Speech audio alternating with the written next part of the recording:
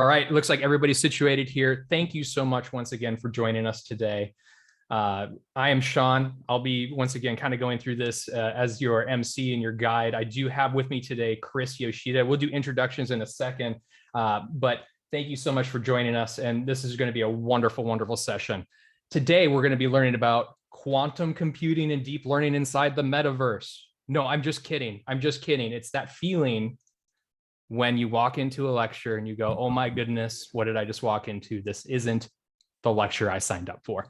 No, 100%. This is going to be a wonderful start to your day. We're going to be talking about Kubernetes, getting you started up on free tier for our Platform 9 Kubernetes solution.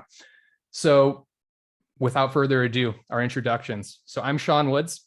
I'm a business development representative here at Platform 9. I've been with the company roughly about a year. My 1 year was on the 30th of November. So thank you for having me, Platform 9.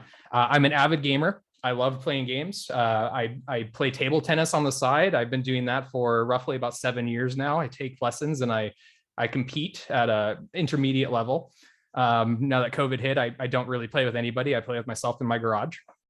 I have a computer science background from UCSC. I graduated with an emphasis in artificial intelligence for game design.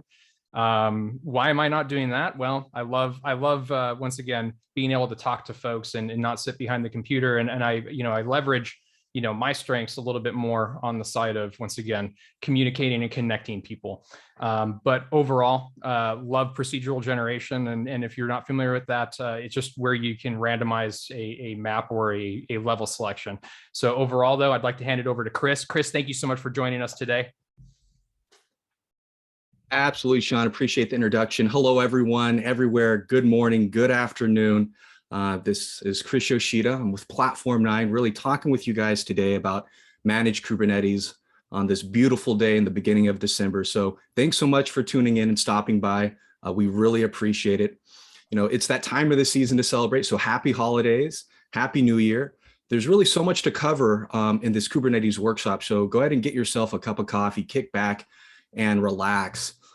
Also my accomplice, Mike Riggs, is going to guide you in a step-by-step in a deployment of a healthy Kubernetes cluster using Platform 9 Managed Kubernetes free tier.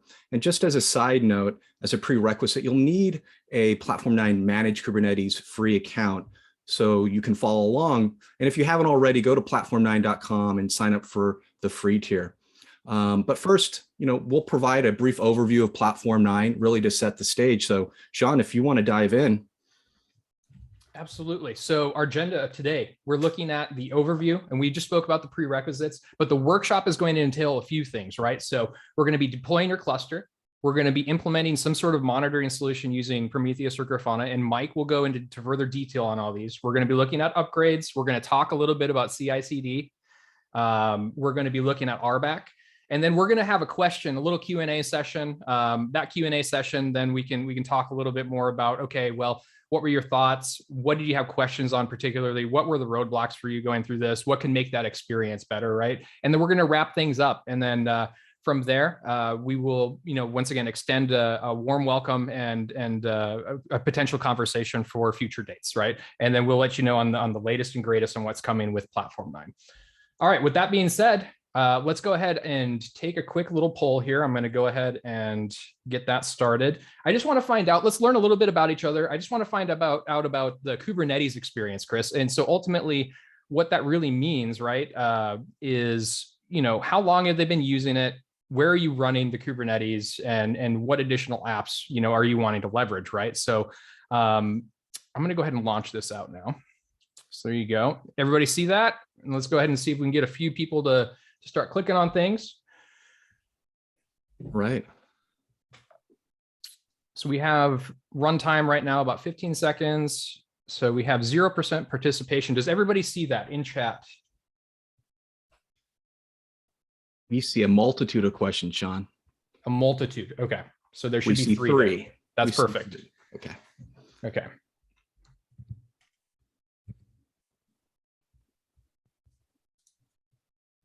Can we single choice, multiple choice, and a multiple choice? I'm not seeing anybody clicking. Don't be shy. Let's see.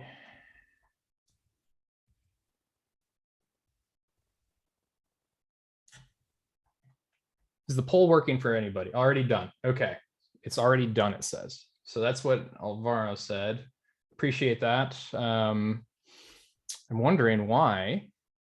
Got a message back, polling not start or end. Got it. Hang on 1 second. My apologies. This is technical difficulties. Relaunch poll. Do not show me again, please. I don't want that. How about now? The whole like Verizon commercial thing. Can you hear me now? Can you take my poll now? No, you cannot. 1, 2, I see it. We have liftoff, Houston. Let's go. All right. 8% participation. Let's go. Love it. Love it. Love it. Love it. Okay, let's go. Let's try and get all 34 people to answer. Oh, wow. Look at it tick up. That's great, guys. Let's see. We're about 55% done in terms of the quantity of folks answering. We're 23 out of 34. Oh, let's keep going. We're going to give another, let's say 30 seconds, and then we'll be done with this.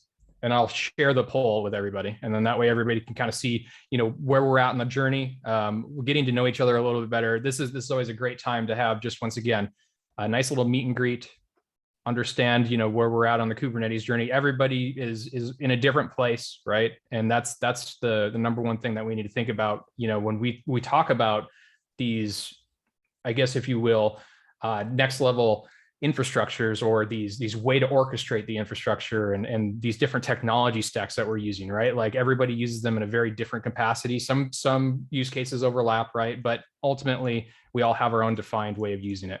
All right, I'm going to go ahead and close it out. We had 26 out of 34 participate. That's 76% participation. Thank you all for doing this. I'm going to go ahead and share the results now. Everybody see the results? So it looks like a majority are just starting out, 0 to 1 years. Welcome. 2 years, we have some intermediate and some veterans, 3+ years. Okay, very good. So we do have a few folks that are very familiar, but once again, this is a workshop to get up and running and to get you started with a healthy cluster, right? So where are you running Kubernetes currently? Mono cloud. That seems to be a pretty good choice. Hybrid, multi. Okay, that's a majority. On-prem, love this on-prem one. Good stuff. Everybody's doing private. Good stuff. Colo, edge locations. Good. So we maybe have some IoT telco folks in the audience. Great. And then, so what additional apps would you like to leverage? Okay, love the Prometheus and Grafana. Love observability, monitoring. Istio, that's a big one.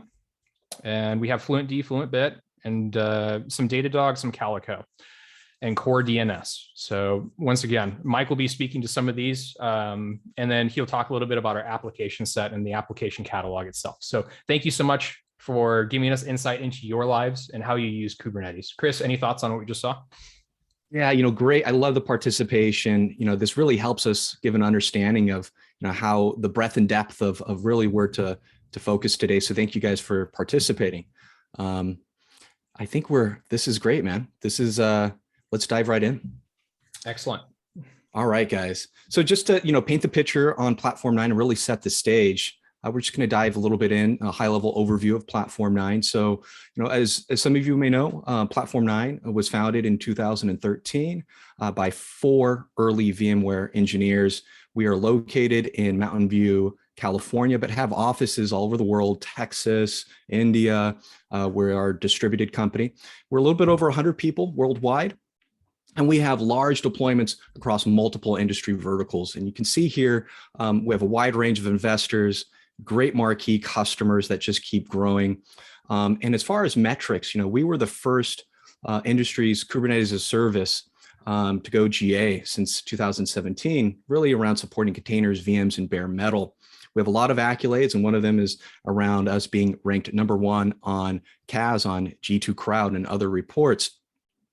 And really, as a whole, we'll dive into what Platform 9 is, what are our managed services about, and why we have a high NPS score, and why our year-over-year growth is just accelerated to metrics that are fantastic. So we'll dive into that next and give you guys a quick understanding. So Sean, if you want to advance it, this would be great.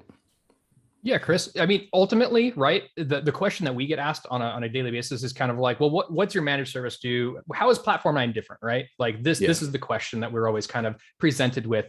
Ultimately, the slide that you're seeing now, running Kubernetes in production is really hard. Well, obviously, right? I mean, we all are learning all the time, trying to understand the tech stack. So normally, the blue on the top there is kind of talking a little bit about it's like a never-ending journey, right? Like this is the architecture that you think you're going to be doing, and you're going to be once again going through this workflow. However, the reality of it underneath that is kind of like the finite details that you didn't see in the contract when you said I want to work with Kubernetes, right?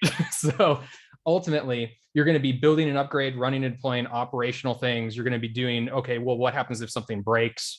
There's a lot of different moving components inside there. So all that is for one cluster, and we're going to stand up one cluster today. I just want everybody to know we're standing up one cluster today. This is kind of once again what our wheelhouse is in terms of our bread and butter. So what does Platform 9 do specifically? We manage all of that once again underlying layer to let you focus on where to run, when to upgrade, what your single sign-on is going to be, what your one-click patching is going to be, how to, once again, support your users, your internal customers, your external customers, right? And then how you run your business within your business unit. And this is the question that is always kind of asked, like, well, what differentiates you, right, Chris? So, I mean, can you elaborate a little bit on this slide in particular? Yeah, no, you draw in a good point. I think really what Platform 9 is accomplishing here is allowing you to focus on your business, on your core IP, really to focus on where to run your workloads, when to upgrade, single sign-on, et cetera. And Platform 9 is really designed to make it easy to use and to really give you that freedom from lock-in. So, we understand that the Kubernetes market needs an alternative. DIY is hard, it's time consuming. Public clouds are walled gardens, they lock you in. And so Platform 9 provides a third option, and really what we see as the only option of delivering the power of the public cloud on any infrastructure. Right. So where that go between public cloud and DIY, and we really see us as a nice fit as an alternative there. Would you agree with that, Sean? Yeah, and so commenting a little bit about the walled garden, and it's a very specific way to say, when I look at a public cloud or a mono cloud or the hyperscalers in general, right? You're getting their product because, okay, well, they have a whole product suite, right? So now, but what happens if you go forward and you need to, kind of go cloud native or stay agnostic, right? In this completely vendor locked in world, right? So ultimately that's where, once again, that walled garden statement kind of comes in, and it resonates with me, right? When you do say that. So, and I'm not sure if that's, the case for everybody, but once again, being able to choose and have the freedom of choice as to what you're doing within your tech stack, I think that's a huge point that people are trying to do today in this market, right? Save time, save money, do it the way you want to do it, right?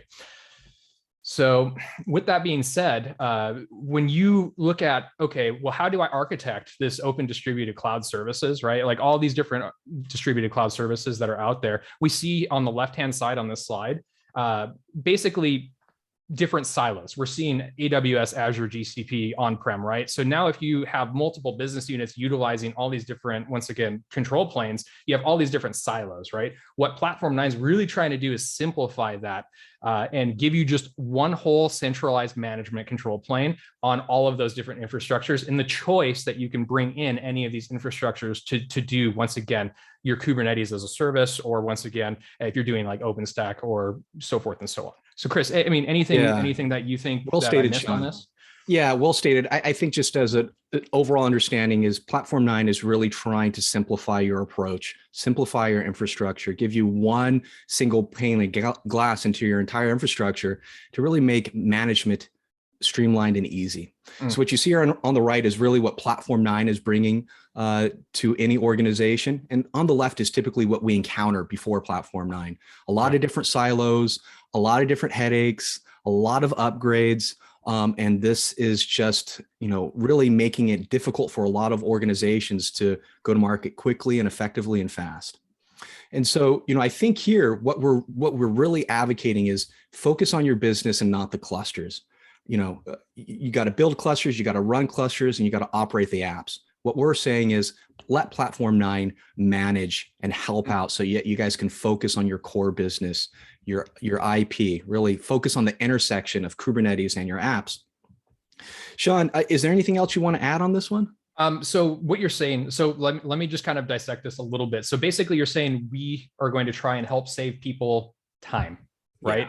Yeah. So ultimately this slide is just an average of, setting up once again and deploying some sort of, once again, application cluster, anything of that nature, right? At this point, you're looking at 16 hours just to do that one time. And you're doing this continuously, obviously, once again, in a build release kind of environment or the software development lifecycle itself, we're noticing that once again, these cycles are happening continuously and it's going to be an infinite loop, right?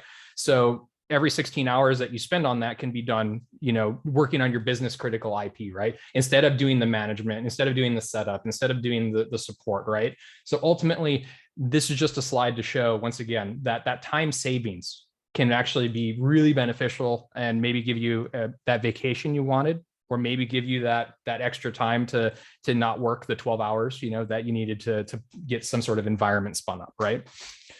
So now when we talk about that though, so not all cluster management is equal. We touched on this earlier, right? So Platform 9 is a special little, once again, ideal case of a managed service, right? So, but why is that? And then this can kind of, delineate that. Sean, I hear this all the time when people are talking about a managed service. They talk about the public cloud. They try to compare it to Platform 9. And, I think the assumption is that all managed services are equal. And clearly they're not. And we see this through and through. And this is why I think Platform 9 keeps growing year over year, is our breadth and depth of what we're able to manage for you is just second to none when it comes to the market over any public cloud provider, over doing it yourself with Kubernetes. It's a no-brainer of the breadth and depth that Platform 9 will deliver on. And a part of that really ties into our expertise behind Kubernetes, right? Part of being a managed service is not only the management, but also the support aspect. And in the background, who's helping you manage your infrastructure. We have over 25 certified Kubernetes administrators in the back end at your disposal to help with you and your deployments and making sure your infrastructure is up and running. 28 certified Kubernetes application developers. We have a large team on the back end. And let me ask you something, Chris. I'm sorry to interject here. Now, with this free tier that everybody is doing in this workshop today, are they getting this? Yeah, that's a good question. So the free tier is more of a case by case where you would submit a ticket typically, but no, this is only for enterprise customers. Just to make sure I paint that picture there. So that talks about our support model. So we do have a follow the sun support methodology. It is 24/7, 365. So as you start off with free tier, get your bearings, start learning, the process and what you'd like to do and experiment with Kubernetes.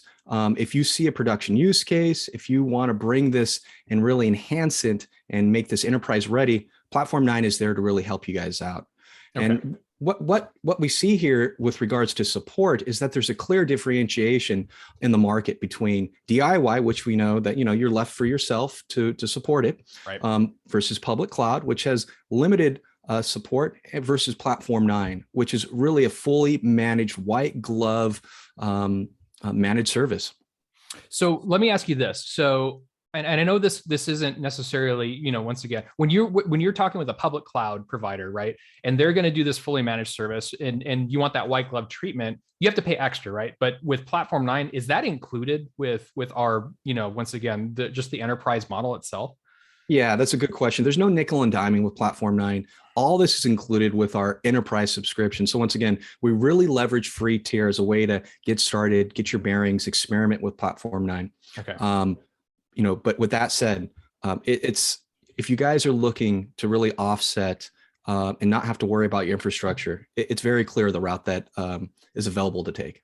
Perfect. Well, without further ado, I want to introduce to you your workshop guru. I want to thank everybody for taking the time to listen to Chris and I's pitch. But overall, Magic Mike Riggs, the solutions architect of the year, the man, the myth, the legend. Mike, how are you doing today? Hard to say with a lead up like that. Wonderful. Well, Mike, I just wanted to say thanks for joining us today and running the workshop for everybody here. Ultimately, we're going to leave everybody with this last slide, and then I'm going to hand over the architecture slide to have you talk a little bit about what's under the hood. Okay, so I know everybody's interested at a level of, okay, well, how do I get stood up? How do I get this up and running?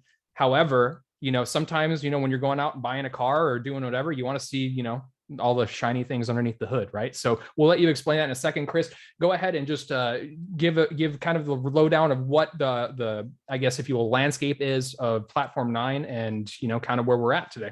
Yeah. I felt like this was a good time just to let everyone know that Platform 9 is, definitely can manage your Kubernetes infrastructure, but we have other products as well if there's interest. And I think, we'll touch on those real quick. So we have managed KubeVirt, managed virtualization, and managed bare metal. I think managed virtualization is pretty self-explanatory. Managed bare metal is pretty self-explanatory. But since you guys are looking at Kubernetes and that ecosystem, I just want to talk for a minute about managed KubeVirt. It's a great companion to Kubernetes. And so essentially, KubeVirt is an open source project that really enables VMs to be managed by Kubernetes alongside containers, right? So using KubeVirt, you'll be able to overcome all of the operational silos that exist today and standardize with Kubernetes. So as really the main control plane. So without having to worry about porting all of your applications to containers or managing two entirely separate stacks, you can now get the best of both worlds. And so some common use cases we see with KubeVirt are companies that are modernizing their infrastructure, say they have some legacy workloads, but they want to move over to a Kubernetes containered environment. How do you get there? Do you migrate? Do you have to rewrite those applications? Well, with KubeVirt, you can essentially have your VM-based workloads and your Kubernetes containers sitting under a single pane of glass, and you don't have to do that migration. So it simplifies all the silos, it simplifies your infrastructure into one single pane of glass to manage both of those workloads. And that same other end of the spectrum, we also have customers that are interested in KubeVirt to help provision not only Kubernetes workloads, but also VM workloads. So you don't have to leave that environment to go to your virtualized environment to provision an environment. You can do this all within one single pane of glass with KubeVirt and Kubernetes. So just a little plug there. And if you guys would like to learn more about our other products, more about managed KubeVirt or virtualization or bare metal, please reach out to Sean or I. We'd love to talk with you guys some more about this, but we appreciate your time today. And we promise we'll do less talking and we'll have more conversation, because right now I feel like we're just talking at you, right? Like at this point, and we don't want to talk we want to have a conversation with everybody. But Mike, thank you so much. And go ahead and tell us a little bit about what's under the hood here. You bet. Thanks, Sean.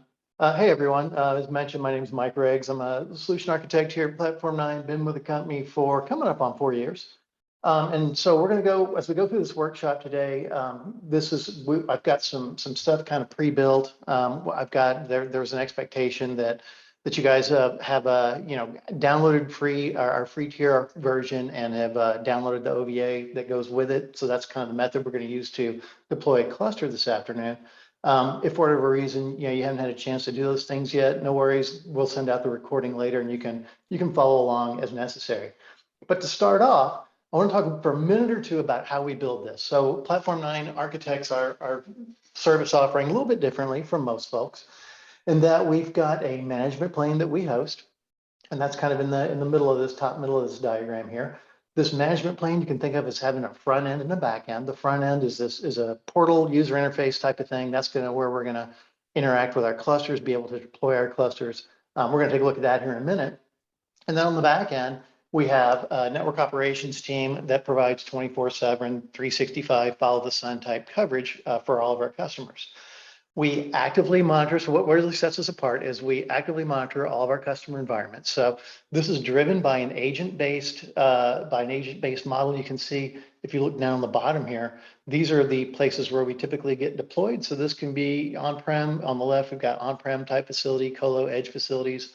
On the right, those public clouds, your hyperscaler type clouds. And so this is all driven by an agent. This agent does a couple of things. So it allows our network operations team to monitor all of our customer environments. So we actively monitor the health of the clusters, the health of the nodes. If anything happens, there's a lot of automation that's built in underneath. So if anything were to misbehave in a cluster, there is some automation that will kick in and try to alleviate that problem. If for whatever reason our network operations team gets notified, and then we'll jump in and start working on it. If it's something that, for example, needs, maybe on our customer end, maybe it's a hardware issue and we need somebody to, go lay a little healing hands on a piece of hardware.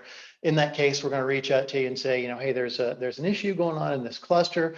We're ready to jump on a Zoom or a WebEx until that gets resolved. So again, all driven by this agent, and with this idea that we can deploy to pretty much anywhere. Again, public cloud, you basically pick your infrastructure where you want to run your Kubernetes clusters, and then let us be responsible for the care and health and feeding of that.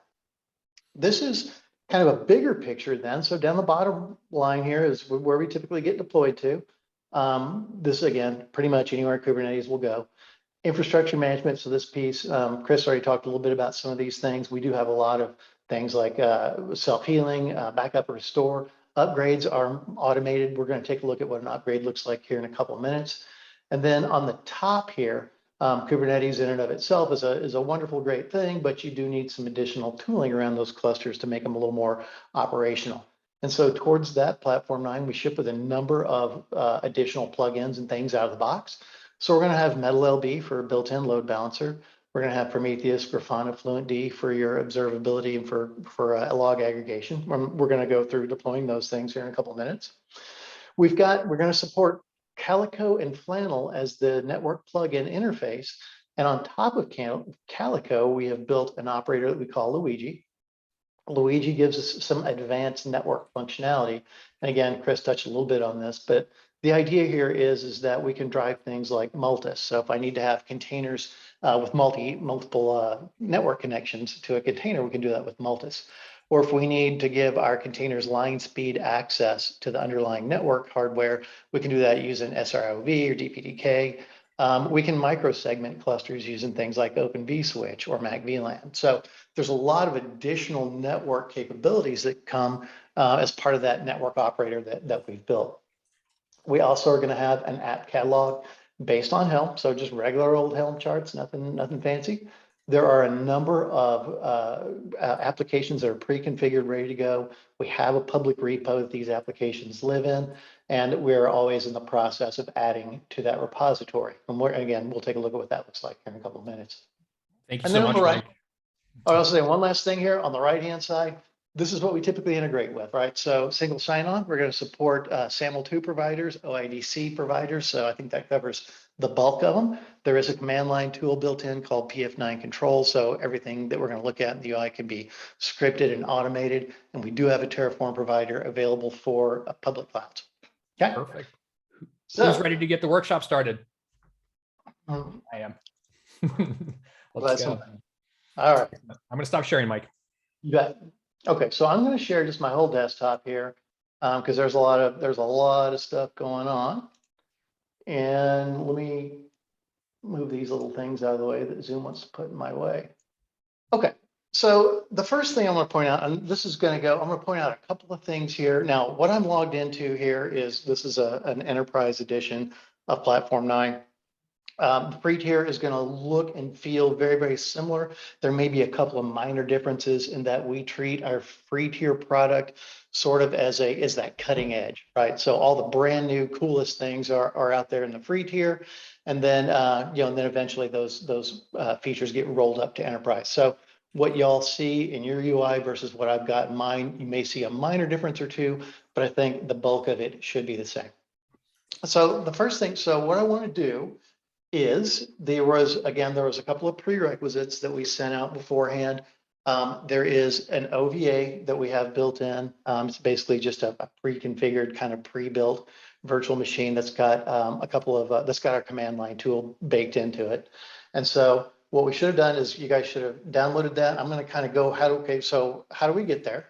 So the first thing we do is this is this screen right here. This is my kind of my main dashboard, right? So when I log in, this is all my stuff that's available to me.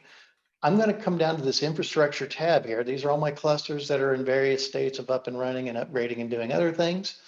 So we have two ways that we can go build clusters. I'm going to touch on one of them, and then we're going to go through the second one. So the first way is, say I want to deploy in public cloud. I want to go deploy in AWS, Azure, GCP.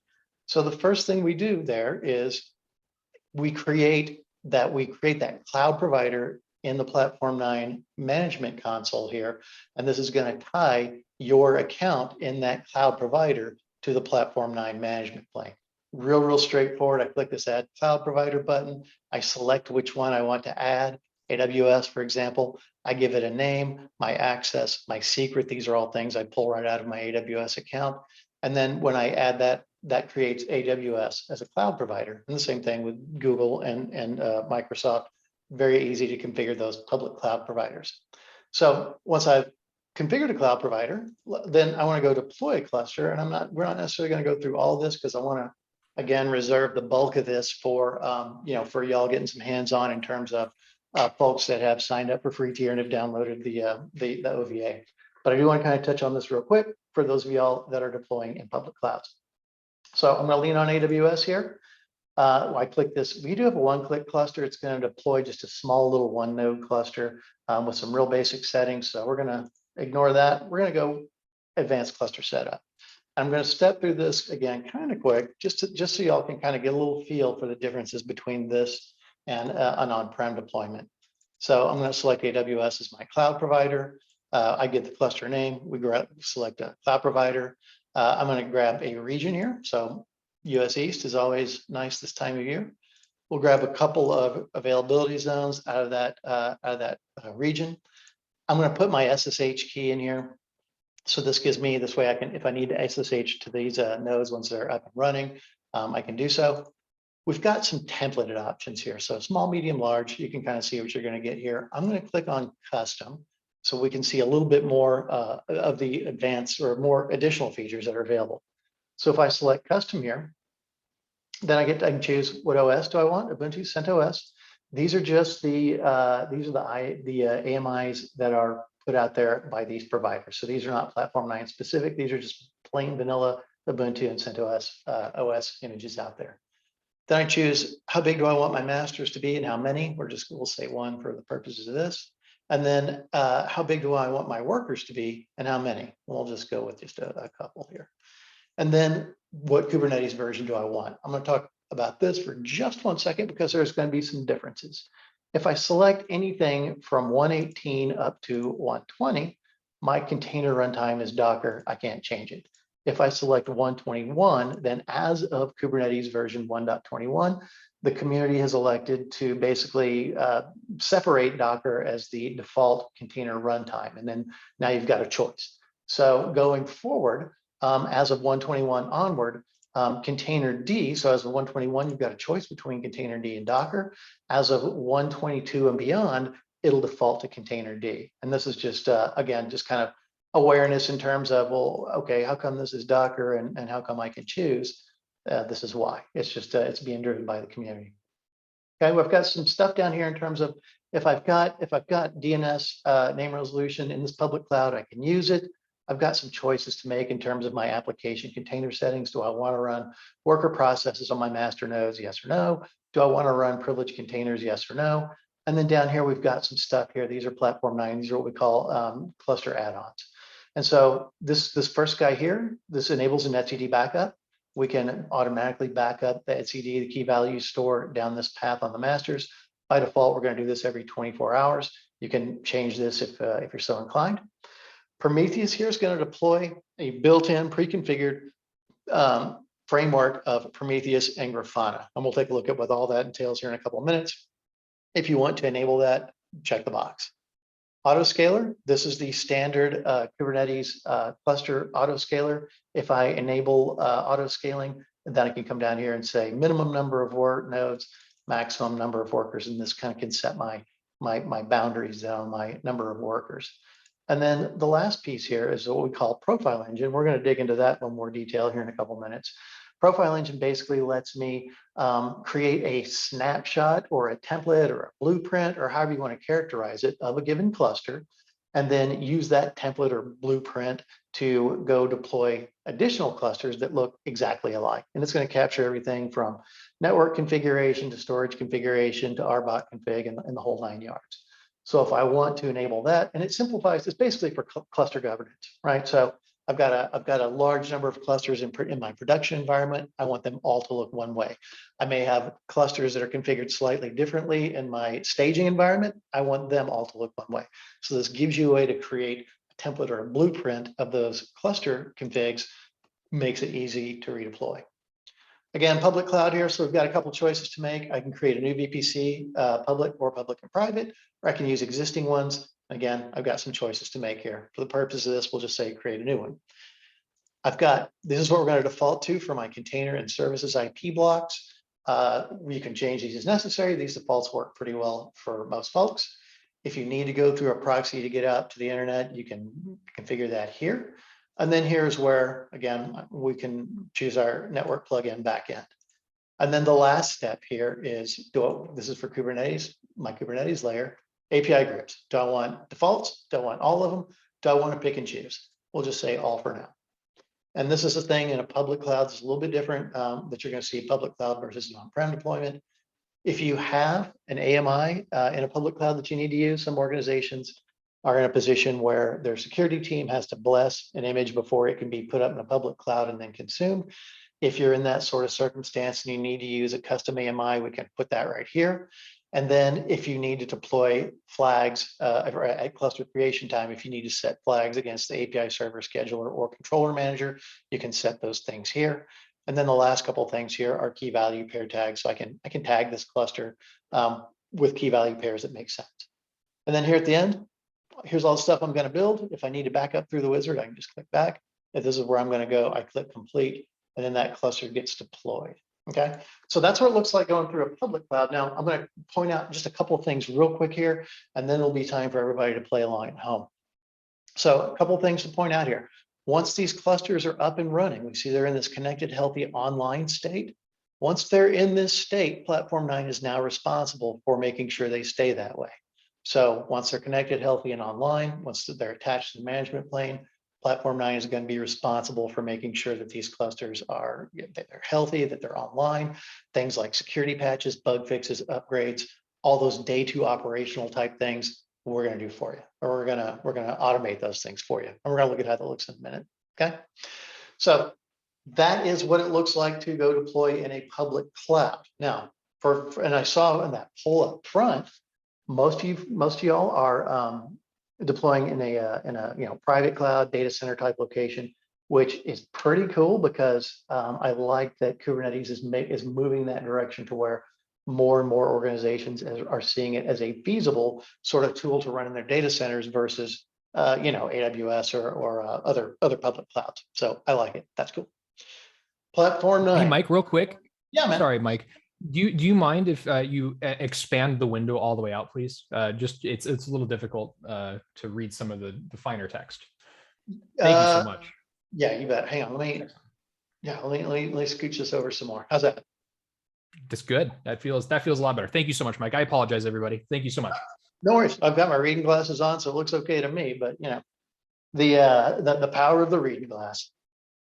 So let's take a look at then deploying online or deploying in an on-prem, and this goes back to those prereqs that were sent out.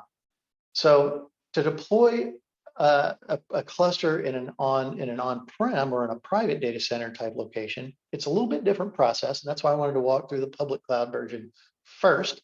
A little bit different here in that it's a 2-step process.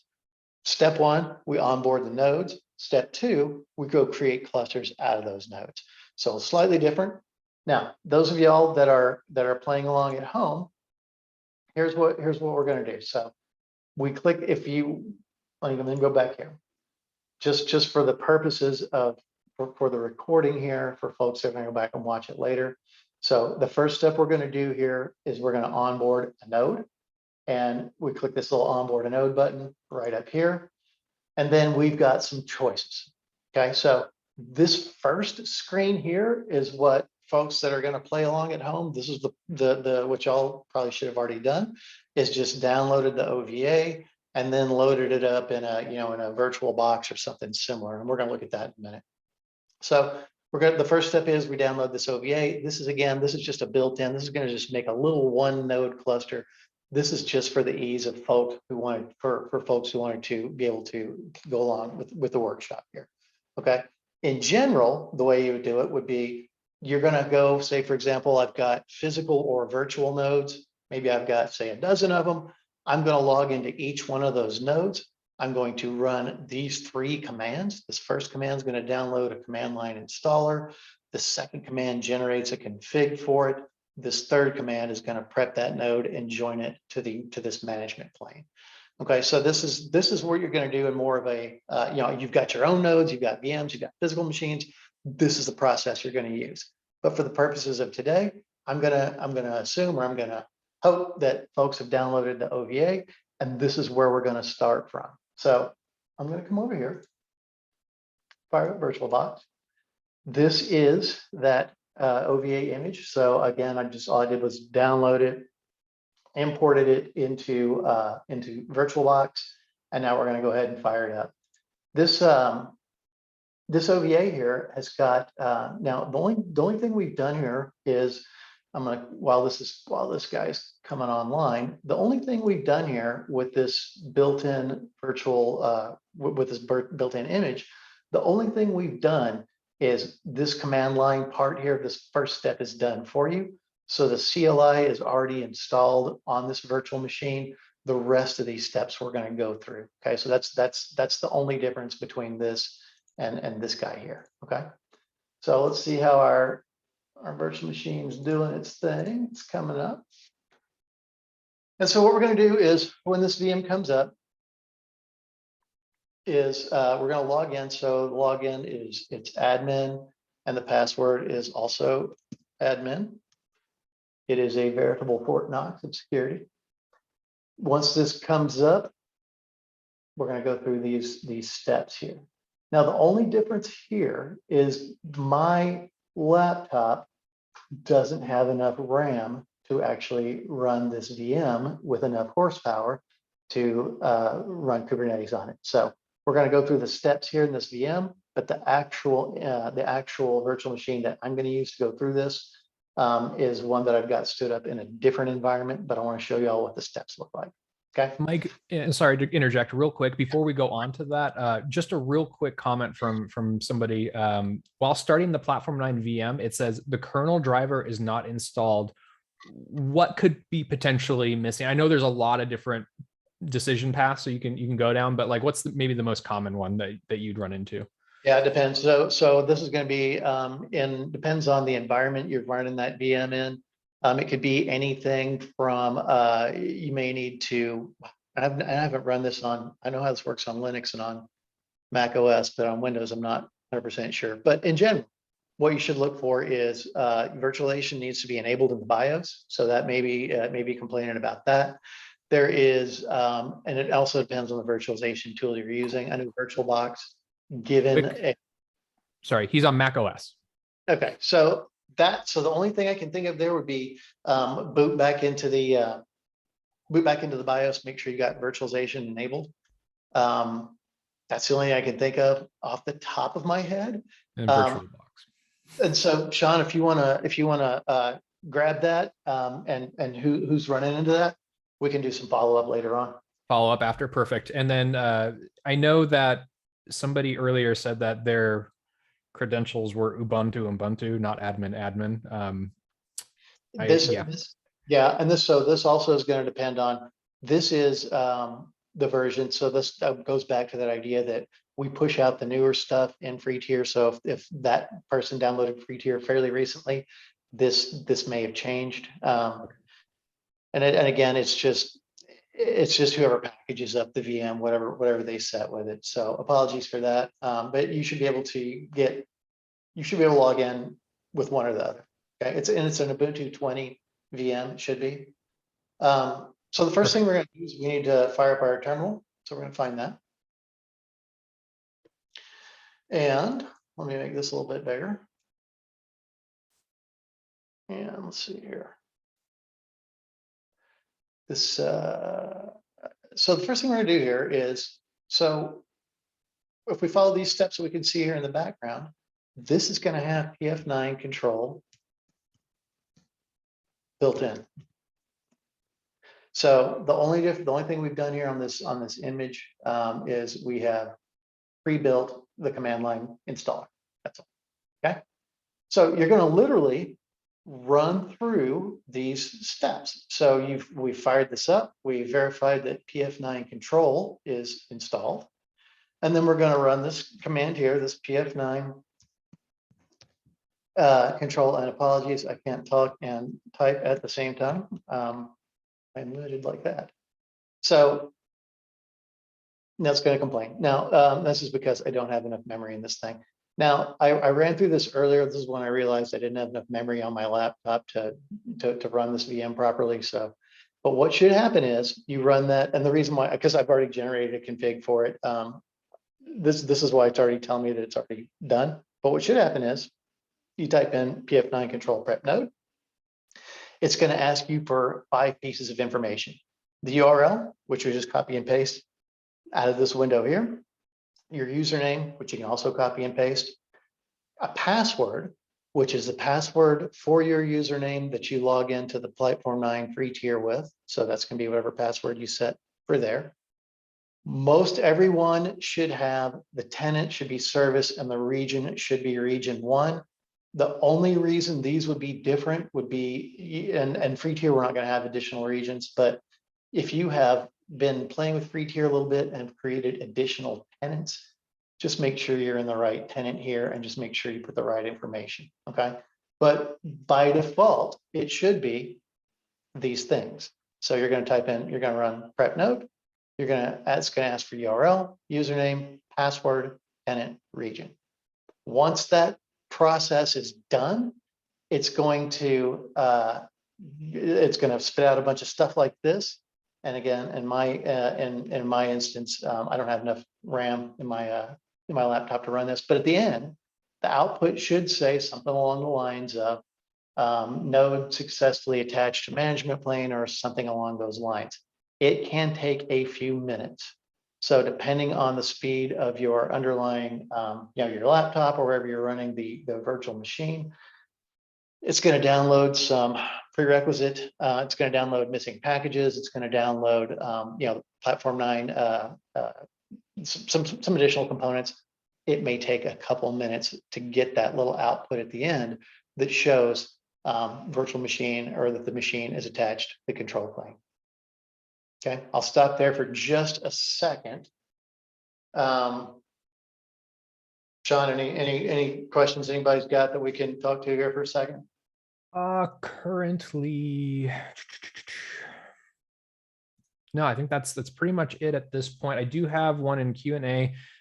Do we provide consultancy or architecture development for a greenfield? This is probably something we could take offline, or if you want to just touch base on it right now. I can touch on it right quick.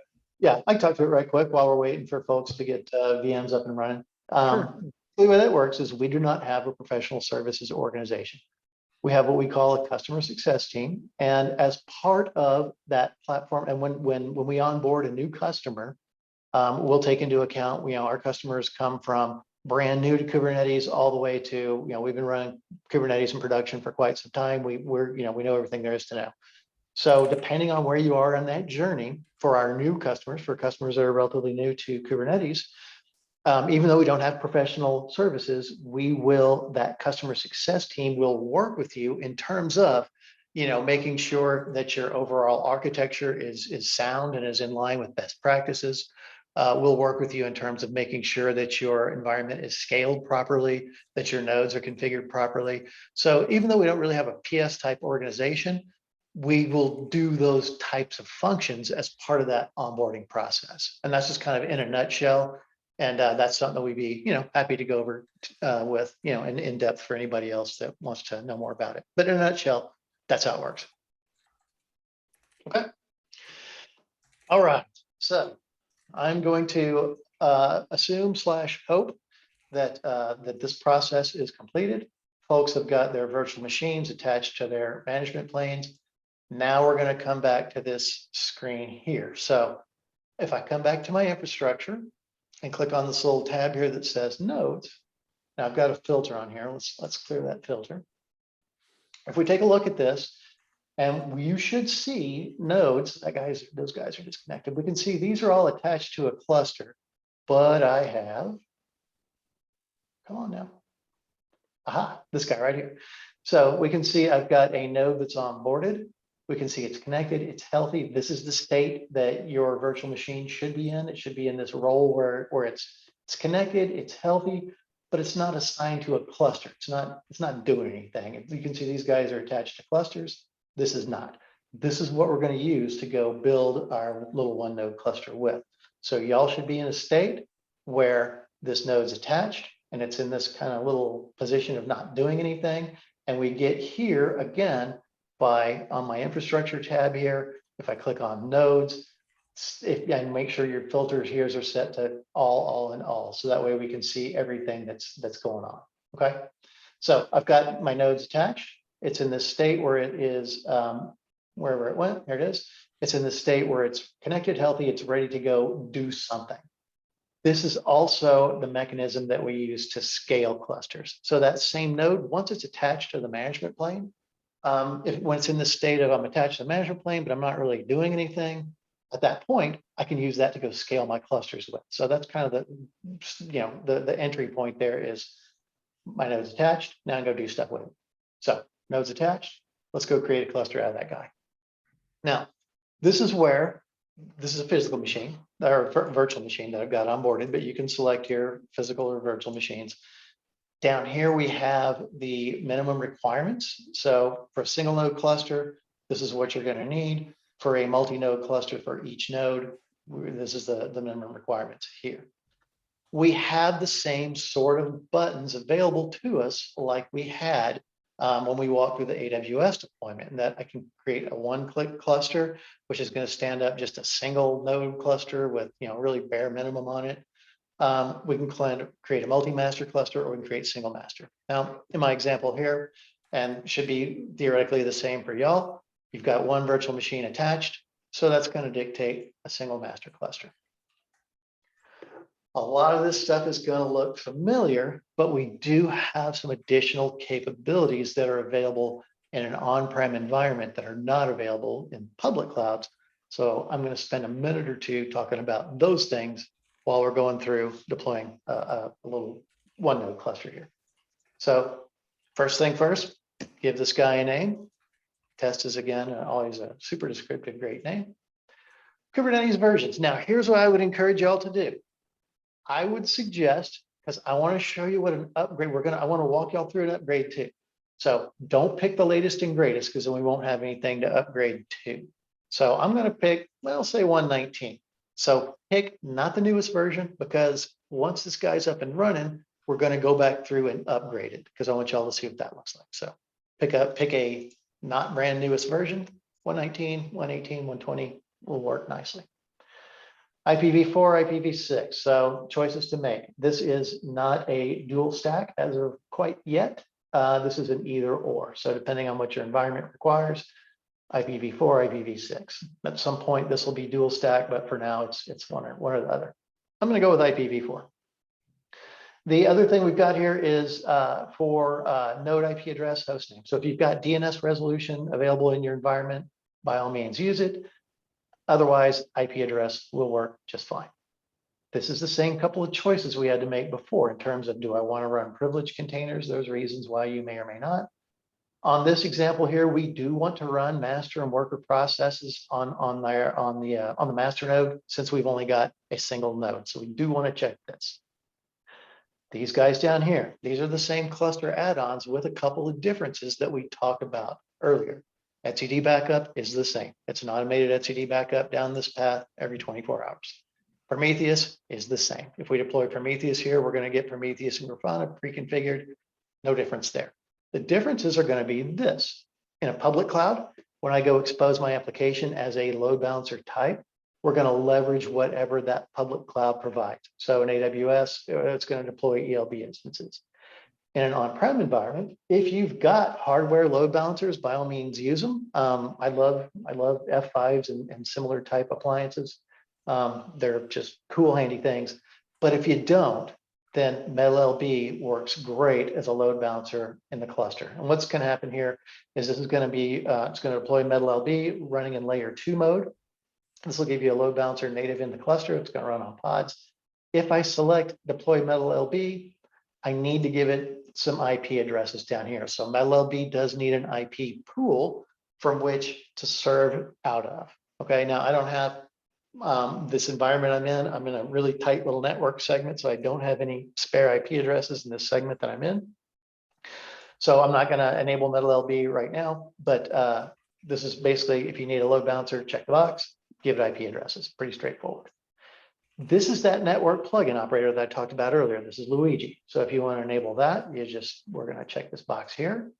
And then Hubert, we're going to talk a little bit about Hubert here in a minute, but Hubert allows us to, Chris touched on this earlier, allows us to run virtual machines on pods in my cluster.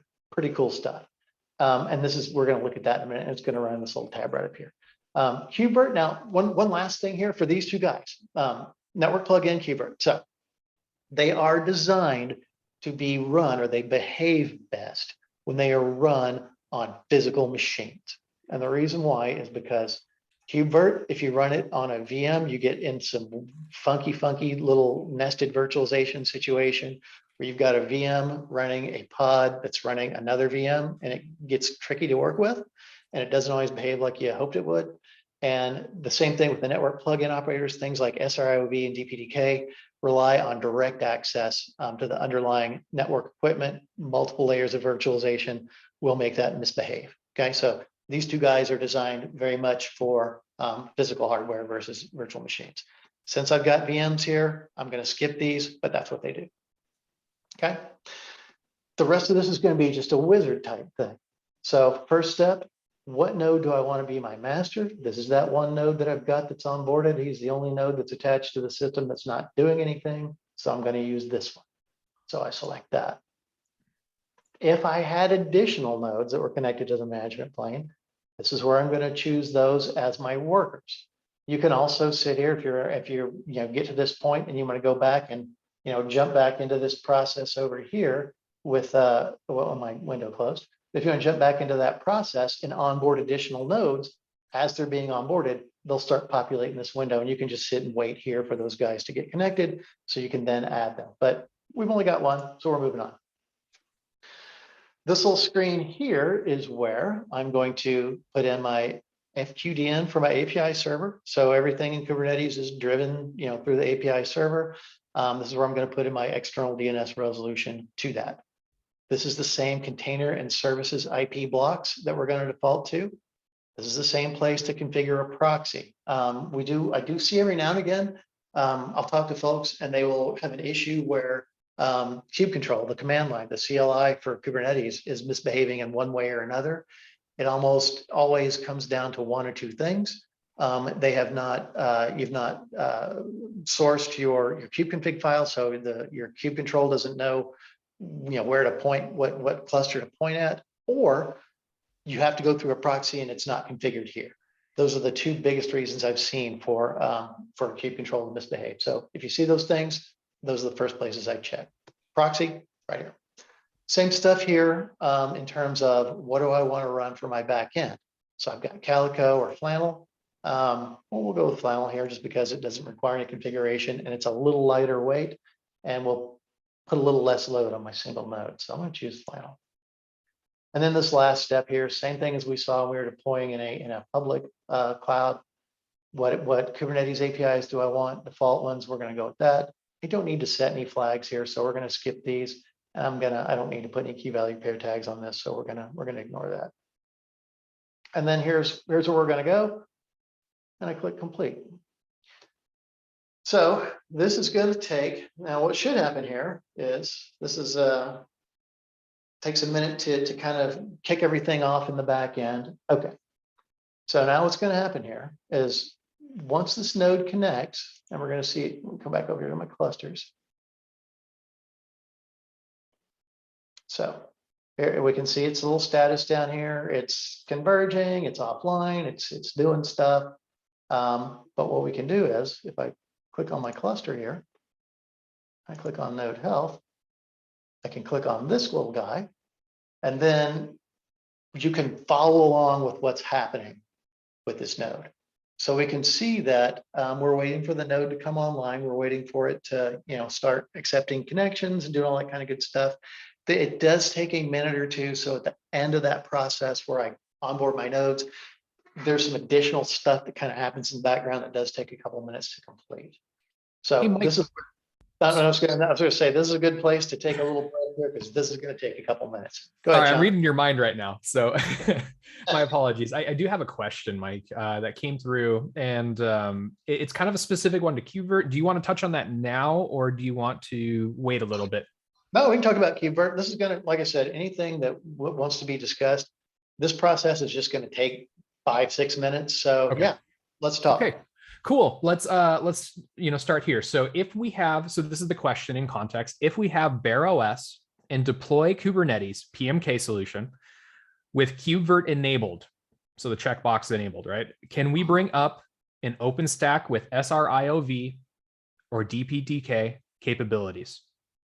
Or is that not possible? So so let me just so I understand here. And actually, while we're waiting on this, I'm going to come over here and click on my handy dandy virtual machine tab. There's not any in that cluster, but there is in here. So let me just understand the question here. Make sure I got VMs running here someplace. Oh, come on, man. And I've got this filter set to where it defaults back to KubeVirt. There we go. Okay. So I do have VMs running. So let me take a little step back here and make sure I understand the question. So is the question, so OpenStack. So is the idea that you want to run an OpenStack cluster in virtual machines in KubeVirt on top of Kubernetes? Am I reading that right? Yes, that is correct. And that was from the attendee that is asking the question. Okay, fair enough. It's a good question.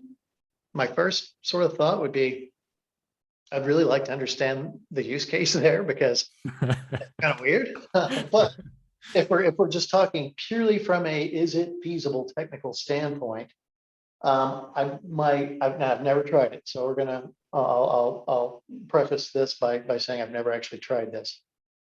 My gut feeling is you'll be able to stand up. At the end of the day, I want to go deploy OpenStack. I want to use those VMs as hypervisors.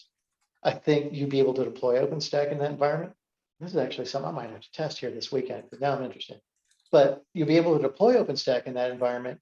But by the time you go back through those nested layers of virtualization from the OpenStack hypervisors back down through VMs, back down through the Kubernetes layer, you're going to run into that multiple layers of virtualization type of problem. And so I don't believe that SRIOV, DPDK, things like that would work. It's interesting. It's an interesting question, though. It really is. I guess so. If the context was different, Mike, I mean, so if let's say we do like, okay, maybe we should take this one offline, and then depending upon the criterion that they give us on the use case, could that be the case where it would work, or is there a potential that it could?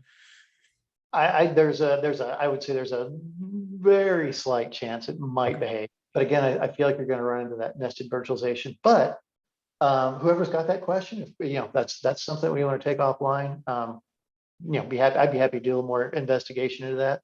Off the top of my head, nobody's ever asked that, so I don't know. Okay, it looks like they're in discussions with you already, Mike. Okay. So excellent.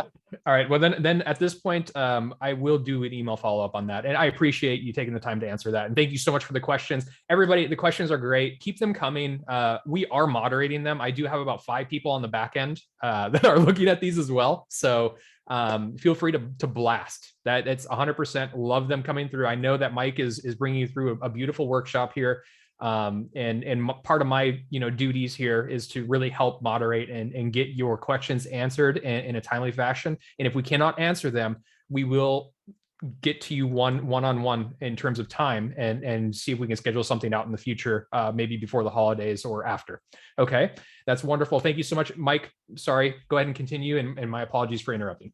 Oh, no worries. And that's, again, some of these steps, as we're going through these steps, some of this stuff takes a couple minutes to do its thing. So, if we got a couple minutes while we're waiting for things to happen, happy to take any questions or, any general discussion. No worries. All right, so we can see here now, this is where we're going. And this is, if you follow along, so once you kick off that cluster deploy, if you click on this node health tab, and I'll show you again how we got here. So basically, I kicked off this cluster a couple minutes ago. This is the one we just stood up. If I want to see what's a status of it as it's going along, I can click on the little link to the name of it here, and then I can click on this little guy up here that says node health. And then in a single node cluster, obviously we've only got one node. In a multi-node cluster, you'll be able to see all the nodes, and you'll be able to click on each node and see where it is at each step along the way. If for whatever reason it misbehaves, then say, for example, it gets to a step here and it doesn't complete, there'll be a little red X here, and there'll be a log file link to where you can go click on that log and see exactly what happened at that step to cause it to misbehave. Okay, but if you want to follow along and say, okay, what's my cluster? What's happening? What sort of status is it in? It's being deployed. Okay, cool. This is where you can kind of keep an eye on all the steps. And we can see here that this completed successfully. The cluster is healthy. I can look at the creation logs here if I'm so inclined, and see all the things that happened. But in general, we got a happy, healthy cluster that's up and running. Okay. Now, this is so again we're healthy, connected online. Now I want to talk for a couple minutes about that's deploying the cluster. Now, one of the other kind of topics of conversation, one of the topics for discussion today was monitoring. So when we deployed this cluster, I clicked on that little checkbox that said, implement to enable monitoring. Okay. Now, when I click on that, I get a Grafana link here to a dashboard. We're going to take a look at this in a minute. If for whatever reason that you didn't deploy monitoring up front, you can select the little radio button out here next to the cluster. You come over here and click on edit. And this is, fascinating. Okay. This is what I get for running a build that's relatively new. The places in my UI have changed. They've moved. Let's look. Let me grab these guys here. I just want to. Okay, and that's probably what I'm running into. And again, sorry guys, I'll just humor me for one sec here. Yes, this is what you should see. Okay, so I didn't. Some of those things I didn't enable because we've got a little tiny single node cluster. What you can do is, if you didn't enable monitoring at cluster creation time, you can click on the, I'm going to show you how we got here. You can click on the radio button out next to it, and you click this little edit box up here. And then this is where you can come down here and say, oh, I meant to enable monitoring, but I didn't, or I can disable it. And you can just check the little box here. You can enable and disable these other features here too. So if I didn't enable Metal LB out of the box, and at some point I say, oh, I do need Metal LB after all, I can enable it from here. If I want to disable, things I've previously enabled, I can edit a cluster, and I can come up to this little box up here and change things. And then once I've changed whatever I want, I can click this little update button. So these things that we call cluster add-ons, as we saw when we first deployed that cluster, I have a number of things that I can pick and choose in terms of, what am I going to deploy? If for whatever reason you want to come back later on and enable those features, then you can do so by clicking that little edit box there. Okay, so cluster deploying, once cluster's up and running, I've got some stuff down here that I can take a look at. So I've got, first thing I'm going to do is we're going to look at some kind of basic things here. So first thing I'm going to do is I'm going to grab my kubeconfig file. Okay, so folks that, and I know when we looked at the survey up front, there are folks that are all levels of Kubernetes knowledge in terms of not super familiar with it to, been there, done that. So this is for folks that may not be super familiar. Kubeconfig basically is a file that's got a token in it that is your keys to the proverbial kingdom, so to speak. So when I download this, I've got two choices. I can use token authentication, which we rotate the tokens 24 hours. So this kubeconfig file will be valid for 24 hours. If I put in my username and password, then this kubeconfig file will be valid for as long as my username and password are valid in the platform. So kubeconfig file is used for a lot of things. We do two things with it. I put it in, let's see here.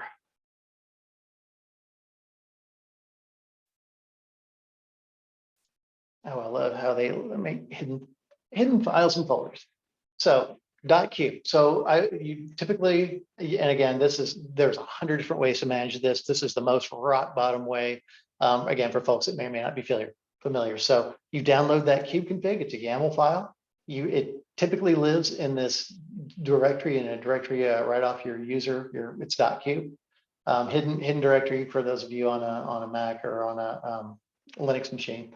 But so I'm going to put my kubeconfig file here, and then I've got, again, the lazy man's method. I just throw a little a line in my bash profile here that exports that. And then so when I source this, let's see, and apologies for my painful typing. So then this sets my kubeconfig. So this basically points my kubeconfig tooling at the cluster that I've referenced here. So if I do like a kube control, nodes. So this will this points my my CLI at that cluster. This is how I use it. There's 100 ways you can manage this. There's command line. There's Kubernetes tools that let you swap between contexts quickly and easily. There's 100 different ways to do this. This is the lazy man's method right here. I fully own up to that. This is not the best way to do it. But again, for folks that haven't seen it, how do I work with kubeconfig? Real straightforward. Drop it in this directory. Export this as an environmental variable that points at it. Source that.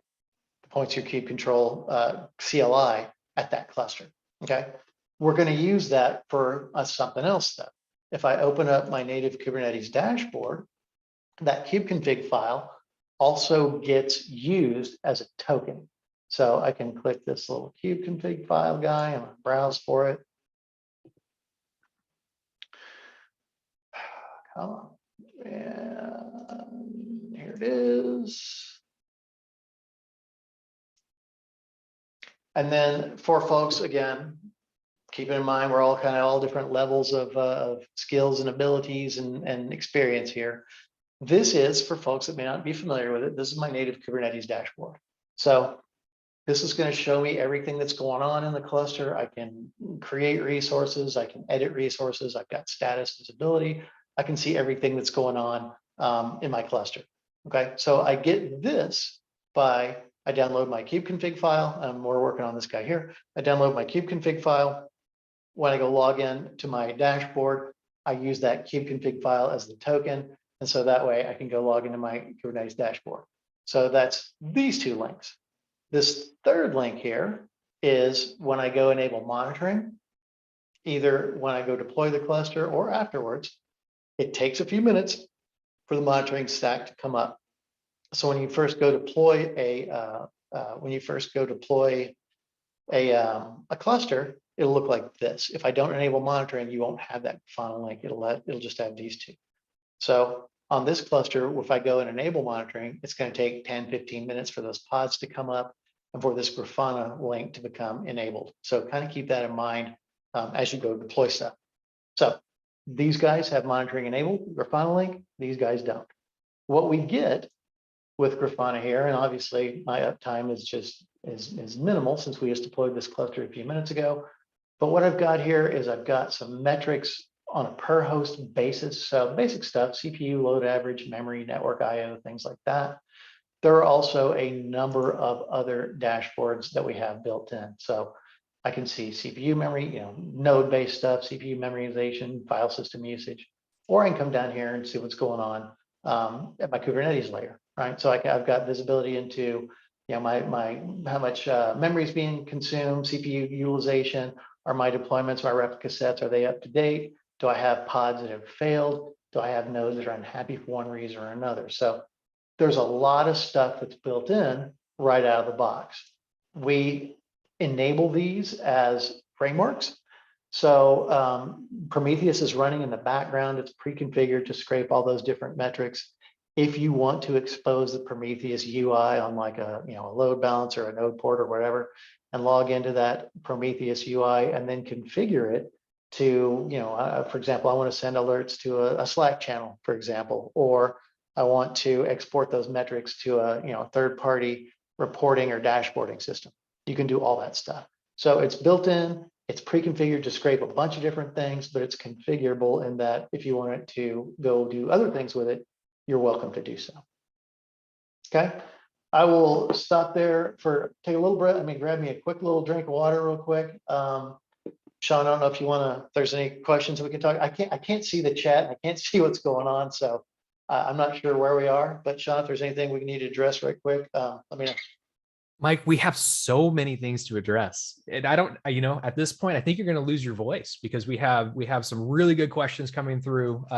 Ultimately, you know, we can also save a couple of them. And I'm just going to let everybody know we do have a Q&A session after Mike is done giving the workshop and we're done doing everything here. I know some of these questions are pretty specific, right? Keep them coming. That's awesome. We're trying to field them as best as possible. We are going outside of Mike to also answer your questions. Mike, there's a couple questions here. One about roadmap we're trying to get from Chris Jones, who's one of our PMs, right? Product team. And we have one about OVS networking and DPDK again, or SRIOV on bare metal. Let's try this one out real quick. And so just to once again, if we don't get to your question right now, we are fielding it and we are going to try and get it to you by the Q&A session at the end of this. Okay. So the question right at hand right now, Mike, is OVS networking and DPDK or SRIOV on bare metal with VM and Kubernetes within hybrid cloud and bare metal architecture supported on the trial? And I think by trial, he means the free tier. Yeah, should be. So again, the caveat there is going to be, and again, I'm going to preface this with, I've not seen what our latest free trial our free tier offering gets updated much more frequently. So I've not seen what's in it lately, but it should be. And so again, the caveat there is, if I go deploy, I can enable KubeVirt, for example, doesn't behave well in public clouds.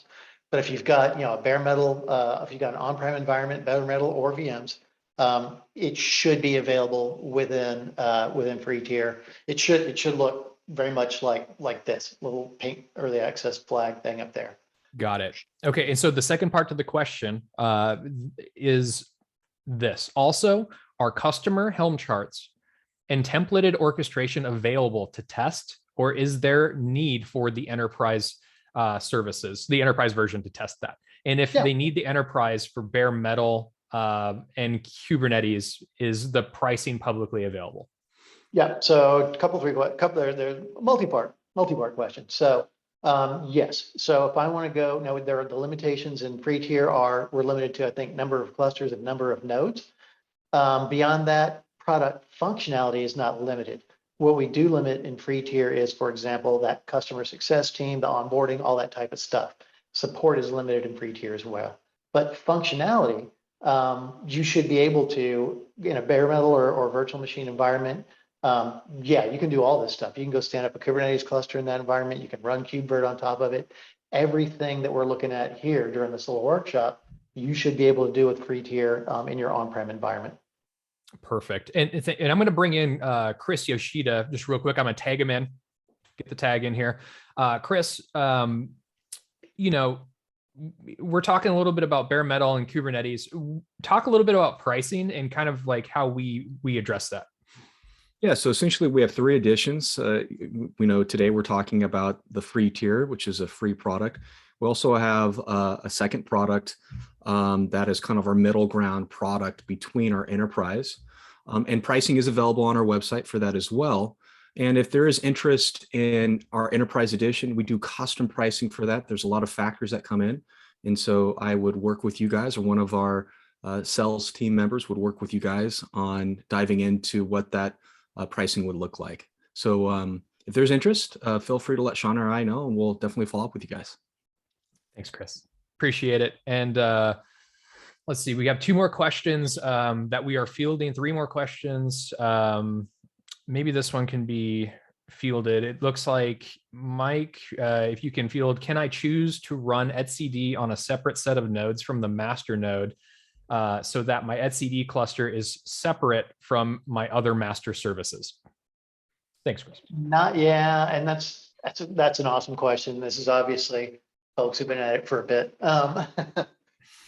In UI right now, I don't have a good way to do that, unfortunately. That's something that would be product roadmap stuff. And I personally like the idea of a separate standalone etcd cluster. There's some benefits to it. So long story short, right now today, there's not a great way to do that in the UI. I could go and manually do it, with the command line after the cluster was stood up, but it wouldn't be quite as streamlined, as automated as we would like. At some point in the future, that's a great thing for us to push back up into product management. But unfortunately, right now, today, just don't have that. Thank you so much. All right, excellent. And there are 2 more that we're working on. We will get to them a little bit later, Mike. But thank you so much for fielding those. And once again, I'm having a great time watching you do this workshop, and I can't wait to once again field this myself. Once I can get out of the MC role here and give it a shot to get up and standing on once again the free tier, how you did it here. Thank you so much. So what I want to do here is we've got this cluster deployed. I want to go ahead and then let's talk about what it looks like to upgrade. So we've looked at deploying a cluster on-prem in a public cloud. We've looked at enabling monitoring. We've talked about MetalLB and some of the other advanced type network stuff that comes with it. So one of the things that's always tricky and can be a little bit manual process, a little fiddly, is cluster upgrades. And it depends on where you are, where in the cluster upgrade cycle, or where you are in the Kubernetes cycle, as to how challenging a cluster upgrade is going to be. So, for example, somewhere around Kubernetes 1.14-ish, I want to think, they deprecated alpha. They deprecated a bunch of API groups. And so if you just went and blindly upgraded a cluster and weren't aware of that, your applications, if you were running on those deprecated APIs, you were going to have some unhappy applications. Somewhere around 1.17-ish, there was an upgrade from etcd version 2 to etcd version 3. That's another upgrade that would have been a little bit of a challenge, I think. And then going forward, I kind of touched on this earlier about how the Docker container runtime being deprecated. So as of 1.22 or 23-ish here in the next version or two, that process will be complete. And that's another sort of example of, okay, so I'm running Docker and as my container runtime and my clusters. When I go to upgrade my clusters, maybe I want to move over to containerd or a different container runtime. How do I do that? So Kubernetes upgrades can be just, as the old saying goes, there be dragons, right? So Platform 9, what we've built is it's an automated upgrade function. It's tested, it's pre-tested before we push it out. The way it works is like this. So I mentioned earlier, Platform 9 is going to take care of things like security patches, bug fixes, Kubernetes upgrades, and we're going to take care of those both at the container runtime layer and the Kubernetes layer. So we're going to be responsible for those 2 kind of infrastructure layers of a given cluster. And so the way this works is, we talked earlier about, we downloaded that Platform 9 agent. We talked about that agent-based model and kind of all the cool things that we can do with it. The way upgrades work are when there's a Kubernetes, version upgrades, or there are security patches, bug fixes, wherever it may be, we push those into the back end, into the management plane. And then at some point, the next time that agent phones home and, and to see what new jobs there are, what stuff there is for it to do, it'll get a notification that, which clusters are upgradable and what they can be upgraded to. And so we can see here that these guys down here are all running 1.21. We don't have anything to upgrade here. But this cluster that we just deployed, we can see it knows that there's an upgrade that can be done for this cluster. We have two different ways we can approach this. I can click on this little guy right here that says upgrade available, or I can click on this little button right here that says upgrade clusters. They go to the same place. So upgrade cluster. Now, this is going to be really, really straightforward because this is only it's a single node. So I don't have a whole lot of things to choose and look at here. But this is, and actually this only has one upgrade available. I think I got another cluster that's got some different stuff. Yeah, okay, let's look at this one. You guys can do this with the one you just spun up, but this one's got a little more interesting things in it. So I'm going to pick on this cluster, but you can do the same process with a cluster that you just spun up. So you click the radio button out next to it, or you click the button that says upgrade available. Either one's cool. It's going to bring you to this screen right here.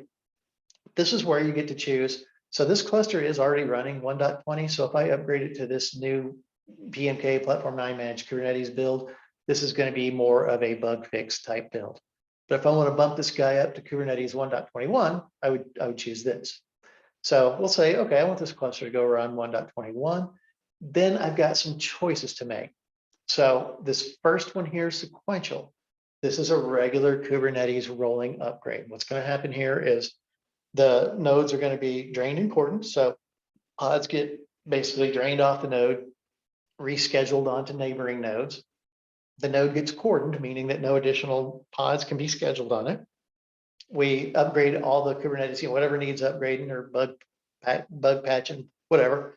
We go ahead and upgrade that node, those components. The cordon gets removed, pods get rescheduled on that node. That process will flow one node at a time through your cluster. Now, for small clusters, this guy here is only 3 nodes, so no worries. We do have customers, though, that have large Kubernetes environments. They may have 400 or 500 or more nodes, and they typically want an upgrade to complete during a maintenance window. And so if I've got 400 or 500 nodes, one node at a time is going to be pretty time consuming. So I may need to look at my upgrade strategy. So sequential, we talked about that. Percentage, that same process is going to happen in terms of drain and cordon and upgrade, but now I can say a percentage of my workers to upgrade in parallel. So I may want to upgrade, 10%, 15% of those nodes in parallel. The other option I've got here is what we call batch upgrade, and I can just pick the nodes out of a list and then add them to a list of nodes to be upgraded. So you've got a couple different ways that you can approach this depending on your cluster size. Now, in my example here, it's a little 3-node guy. I'm not really concerned about doing anything in parallel. It only has a single master, so this is going to be we're gonna be out of service here for a bit while that master is upgrading. Obviously, in a production cluster, you're going to have a multi-master config. That won't happen. But so to upgrade, I select what I want to do. The strategy, upgrade now. While that's upgrading, quick little interjection, and I apologize for cutting you off there. So we have a question that came through about, I brought up 5 nodes on Bare OS. How do I see if I enabled KubeVirt or any of the other options for that matter? And if I want to change them, do you have to respawn the cluster? Yeah, good question. So this is a place where we're actively improving things. So let me grab a random cluster. We'll grab this guy. So what we can do in terms of, if you click on the name of the cluster, I want to go see what, actually there's 2 places. There's a couple, I'll show you the full deal here. So there are a couple of different places we can look at all the things that are here. So we can look at it on this screen. So say, for example, this guy up here, we can see what its container runtime is. We can see the network backend. If I scroll over a little bit, we can see things that are enabled or not enabled. So for example, master workloads, privilege, VPN, catalog, load balancer, etcd backup. None of these, some of these are enabled, some are not. Let me find a cluster that's not in an upgrading state. We'll grab this guy. And then if you deployed it with tags, if you've put tags in terms of, I don't know, it's a application A or B or whatever you want to tag it, you can then view those tags by clicking this little view button any additional information that you've got is going to go in there. This is one place you can see all the stuff that's enabled. The other place you can see is if you grab your cluster, click on the little radio button, and click on this where it says cluster details, then you can see like things that are applied, privilege, the same sort of information here that you get in terms of then this guy here, load balancer is enabled. This is where you can see these things. So you can take a look at it either in that main sort of visibility window, or you can drill down into the cluster details and it'll tell you the things that are enabled or not enabled. And then the last place we can get this information is if I click this little radio button here and click where it says edit, then I can see here things that are enabled or not enabled. And if I want to change them, I can change them from here. So you've got a couple, 3 different places you can get that information. I would show you what it looked like on a, well, yeah, let's see here. And this one, I don't have this, again, this little tiny one node guy, it doesn't have enough horsepower to run all the stuff. So, and this one's upgrading. I'm not sure if I can see its status while it's upgrading. Can I? I can. Okay, cool. Same thing. So you can click on that little, I wasn't sure if it was going to complain at me since it's in the middle of upgrading, but you can, again, you can click, this is an on-prem cluster. This is one I can see all the stuff.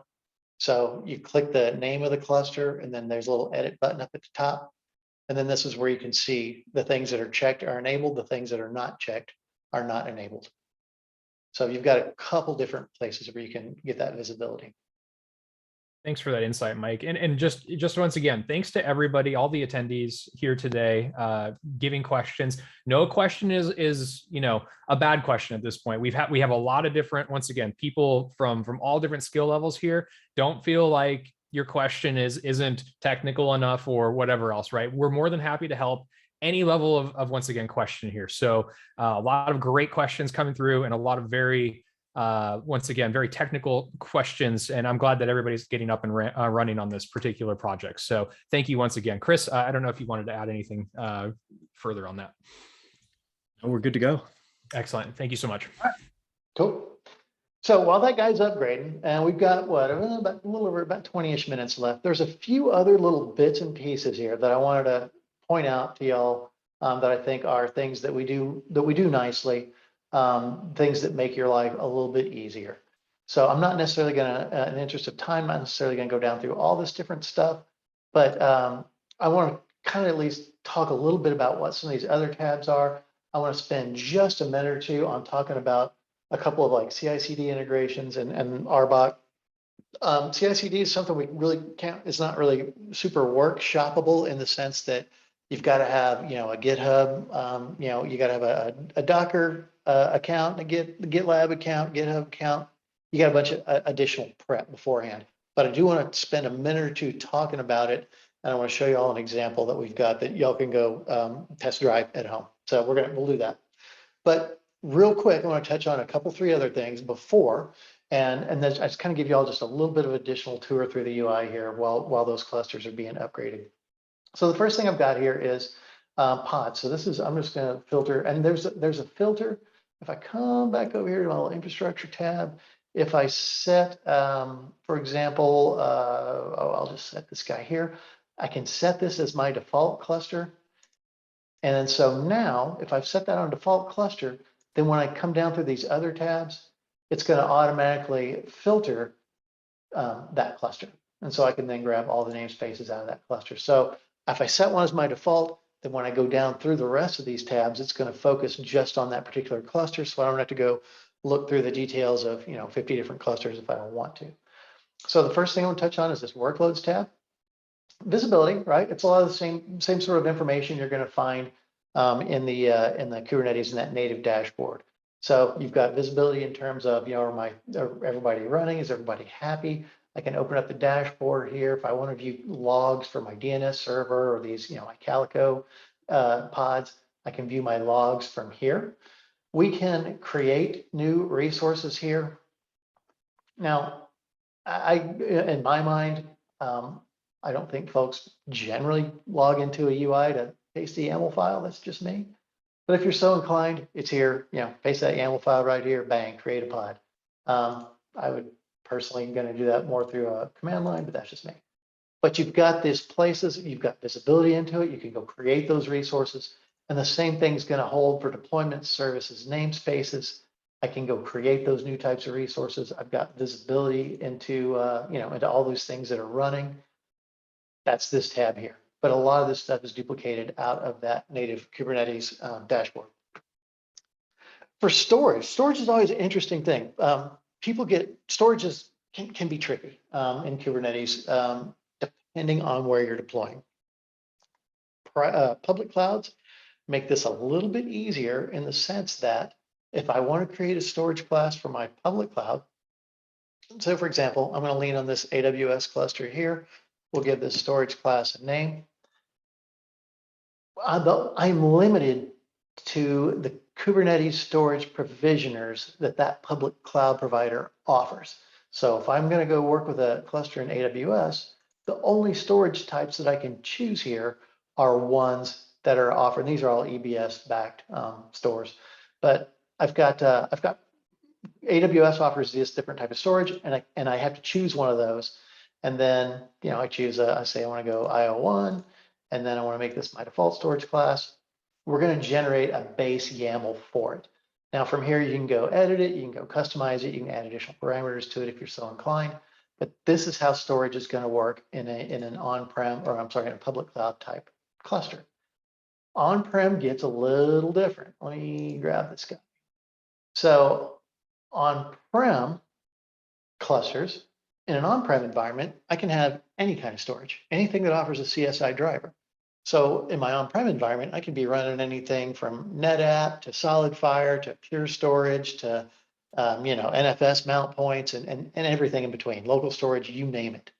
So on-prem storage gets a little different in that you kind of have to know what your underlying substrate's going to be. What storage am I going to actually use?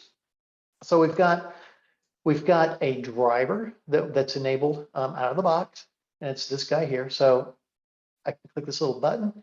If I just want to call it, if I want to use local storage, it's going to do the same thing. It's going to create a base YAML file for me that I can then go customize. We do have this little guy here where it can just detect storage provisioners. Now, in this Bear OS cluster, I do have a CSI driver. It's just a host path CSI driver, but I've already installed that in this cluster. And so if I've already installed a storage provisioner in this cluster, then I can just turn on this little slider right here. It's going to detect anything that's stored, that's available to this. And again, I've already installed this. We're going to generate that base YAML file that you can then go and edit and fine tune as necessary. Okay, so that's a little bit about how storage works. On Platform 9. Again, the storage method is going to depend on if you're in a public cloud provider or if you're in an on-prem environment. And then I'm pretty sure I don't have any PVs or PVCs or anything in any of these clusters. But if you did, if I had claims, claims on in these clusters, I'd have visibility into them. I could delete them. I could edit them. I could do things. This screen right here, the storage class screen, is relatively new. It's something that we just kind of started offering. This used to be a little bit more bare bones. Right now, my functionality in terms of, say, for example, I had PVCs, I'd be able to see them here and I could delete them. As this part of the platform matures, I'll be able to create these things in the UI as well at some point in the future. Okay, but for now, this is what we've got. This is how we create and manage our storage in Platform 9. Okay, and it's going to, again, like most things we've seen, it's going to vary a little bit between on-prem environments and public cloud, just because you've got the differences between the two types of environments. This is only to touch on real quick. We talked a little bit. I know this cluster does not. Actually, I'm just going to kick over to here. I know this cluster does not have any VM instances in it, and the ones I do have are here. Hubert, we've already kind of talked a little bit about this. Pretty straightforward. If I want to create a virtual machine, and the same sort of thing, I've got, I can pause and unpause my VMs. I can delete. This is, again, kind of bare bones functionality. As this matures, you'll have more virtual machine lifecycle management capabilities in this little bar. But for now, it's kind of bare bones, kind of sparse. But all the functionality is there in terms of, I want to go create me some VMs. So what do I give it a name? I select a cluster for it to go, and I've got, VMI or VM. I've got run strategy to choose. So I've got a wizard I can walk through to build this, pick storage and things like that. Or if I have a YAML file I want to put in here, I can just paste that YAML file in and point it at whatever cluster I want. And then those virtual machines get created. And then once they're up and running again, I've got some, and then we're going to default to this AWS cluster. Oh yeah. Let me go back here to my Hubert namespace. And so once they're up and running, then you've got those lifecycle management type capabilities. And this is, I'll talk for just 1 second about that. The use case there is we built that for, we work with a number of organizations that are looking to deploy containerized and virtualized workloads in small footprint type areas. So things like edge locations, maybe a small retail store, something like that. And they're not necessarily at a point where they've containerized all their apps. They may still have a need for 2 or 3 apps to run virtualized, but they don't want to have to go stand up an entire VMware or OpenStack environment, this little small facility. So Hubert gives you a way to run a couple of VMs and your containers side by side without having to go stand up that whole additional infrastructure and footprint. It's pretty cool stuff. And it's relatively new to Kubernetes. It's been around for about a year. It is maturing rapidly though. And its capabilities are just getting better and better. So pretty cool. We talked a little bit earlier about that we've got a built-in load balancer, built-in app repo. So these are the guys that are available out of the box. I've noticed, for those of y'all playing along at home, I've noticed that in the last build of free tier that I looked at, and admittedly, it's been a 3 weeks, but it was a little bit different in that I had to manually add this repo to, let me scoot this little window over. I had to manually add this Platform 9 repo to the pre-tier. So if you don't see it, you should have if they don't show up in the actual Helm chart in the repo in the app catalog, you should see this repo in here, and all you got to do is just put it the repo you should be pre-built, pre-configured to have the URL, and then all you should have to do is check the boxes for the clusters that you want to have access to that repo, and then save it, and then you should see these apps. When I first logged into a free tier a while back, these weren't here. The repo was there. It just wasn't attached to any cluster. So if this is blank, you might need to go step through that little process of just adding the public repo. Once you do that, this is the stuff that's available. These have all been configured and tested to deploy cleanly on top of Platform 9, either in public clouds or in private clouds. They all work nicely. Kind of bare bones right now. We got a couple of ingress controllers. We've got a couple of Fluent configs here, but this again is growing fairly rapidly. Pretty cool stuff. And this is again, these are all tested, pre-configured. They'll work right out of the box, no problems. Mike, real quick on that, could you please share that link to the repo? Yeah.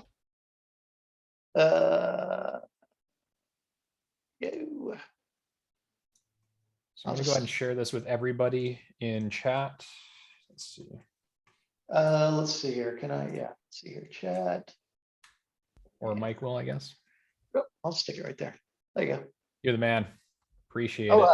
Cool. And like I said, that's something I've noticed that may vary from build to build of free tier. Some of y'all may see that, some of you may not. But that's that repo. If you need to add it, real straightforward to add that repo to it. If you want to add your private repos, same thing. Name, URL, credentials.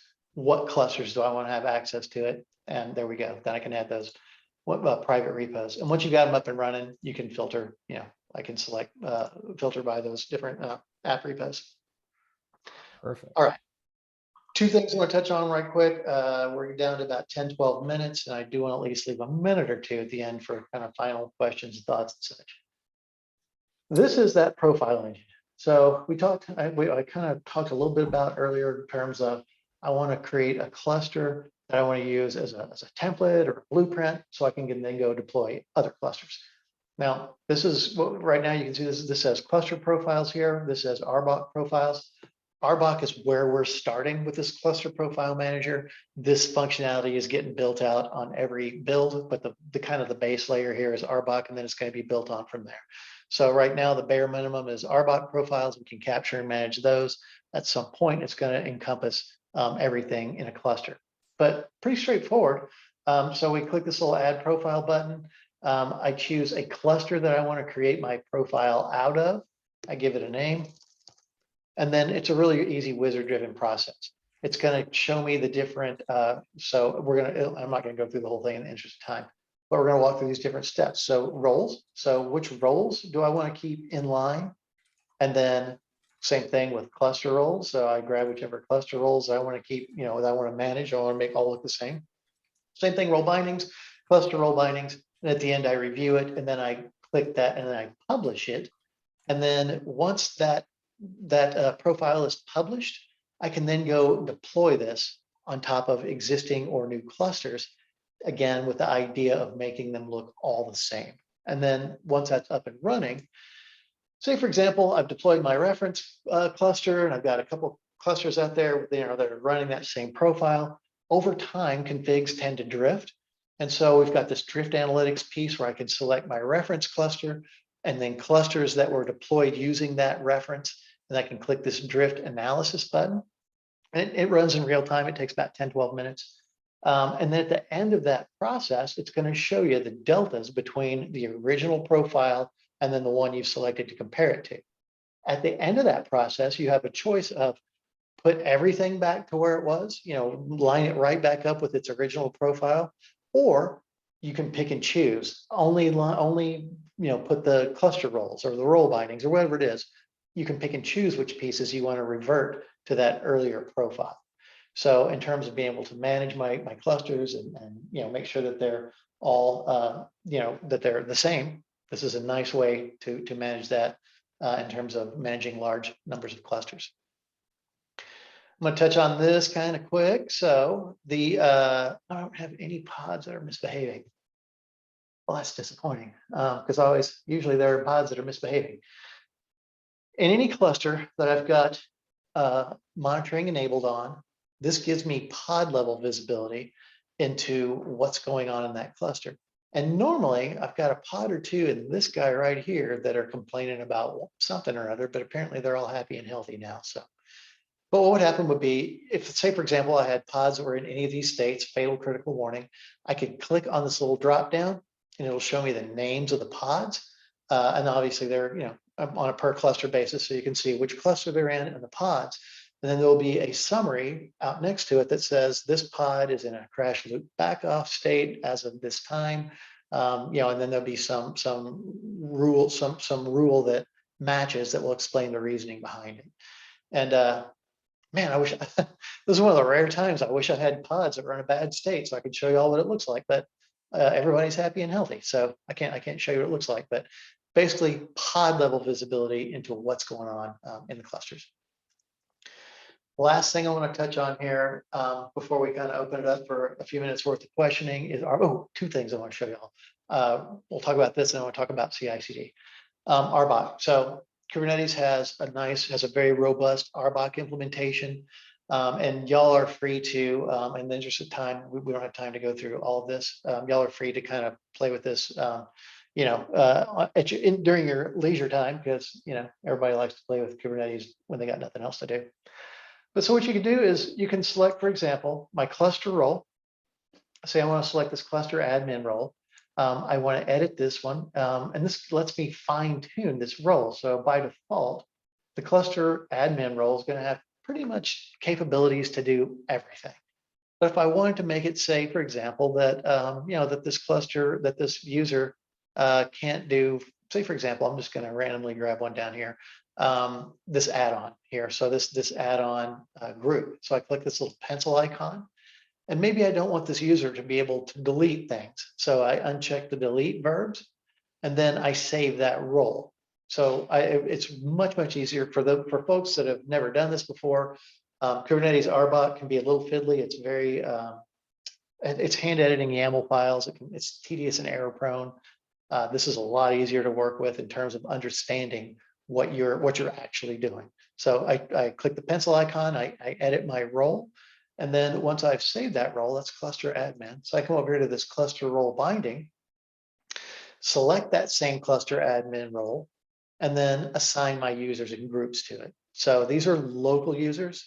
If I had single sign-on available or enabled, I could define my users and groups in that SSO mechanism. They're going to come up in another box right over here. I can just check the boxes to add my users and groups to that role binding, and then that's how I'm going to edit my RBOC. Really, really, really straightforward. One last thing here I want to touch on now. CI/CD. I know this is something that I thought about, setting this up so we could actually go through it in a workshop, but there's just a lot of additional prep that has to happen, and I didn't want to necessarily, put the weight on a bunch of folks to have to go set up a bunch of other stuff. I am going to, so as Sean's already mentioned, we'll follow up additional questions that we didn't, that we don't have a chance to get to. That we've got a recording here that we'll send a link to everybody. As part of that, I have a couple of links that I want to also send. This is one of them. This is, y'all can go again, to go as homework for those of y'all that are inclined. This is a step-by-step of deploying Jenkins and running a pretty basic, it's a Node.js app. But basically you can go deploy this app, run it through this pipeline. You can update the app, you can do the whole push-pull, the whole 9 yards, and it works really, really well. But it does require, you got to go set up your you got to go set up your GitHub. You got to go put in your Docker Hub credentials. You have to, have a registry set up. You have some stuff you have to do beforehand.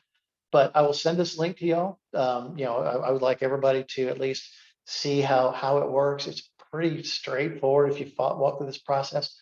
The only thing here is we recently moved this from one site to another, like as of just a few days ago. And one link I noticed is not correct. I will point that out here. So this used to be part of a repo called Cool Kubernetes. It's now part of this Platform 9 community repo.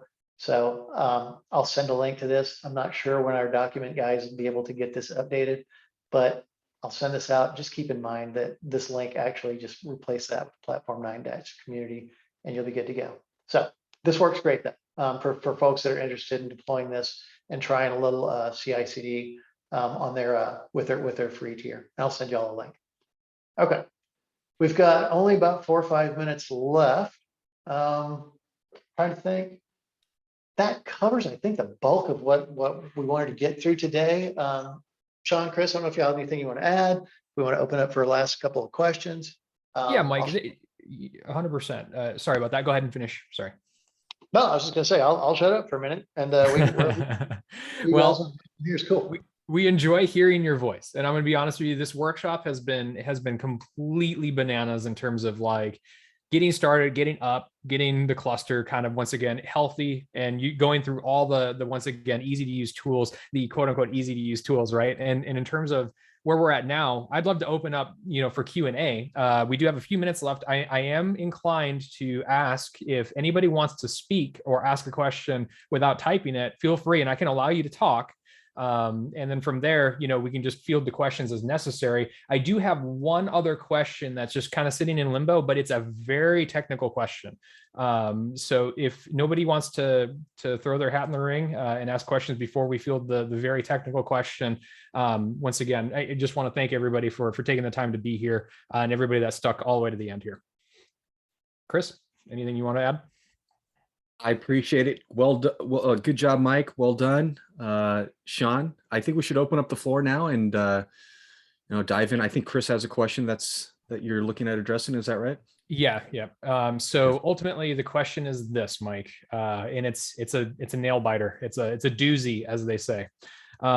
Is there an option to deploy the control plane with a KMS or integration with a KMS daemon that can make calls to my KMS? And for example, if I'm running Vault and I want to use it for encrypting etcd and Kubernetes secrets, if not, do I have to deploy and manage that on my own? Okay, good question. So using external KMS, no problem. We have customers doing that. We can do that, no worries. As far as configuring it, so this goes back to that idea that we have this customer success team. We don't have professional services. We will do that initial integration in terms of, I want to use my external KMS to, encrypt my etcd. We will do that initial configuration integration for you as part of that onboarding process. But then going forward, we're not going to be able to directly manage that external KMS. But we will, long story short, it'll work. We got customers doing it. We will help you with the integration, but we're not going to have any capabilities around managing that external KMS once it's up and integrated. Okay. So that's perfect. All right. So that answers that, I believe. If Chris, you have, the attendee that asked that question, if you have any further insight on that, love to follow up via email. I just want to say thank you to the remaining 14 attendees here. Once again, I just posted for you a brief survey to win an R2D2 Lego set, estimated value of $200. Feel free just to go through. It's a really quick survey, should take you 30 seconds. And then on top of that, I did put my LinkedIn in there. Feel free to please reach out and connect with me. And then I put my email as well, if you do want to do any sort of follow up on your own. Otherwise, we will be reaching out to get feedback on the session itself and then follow up with any questions that were not addressed during this time. But we do thank everybody for joining. And once again, thank you so much for a great session, everybody. Chris Yoshida, appreciate you coming through. Mike Riggs, appreciate you coming through. We look forward to next time. Stay classy and Kubernetes on, folks. Thank you so much. Thanks for y'all's time. Appreciate it. Take care.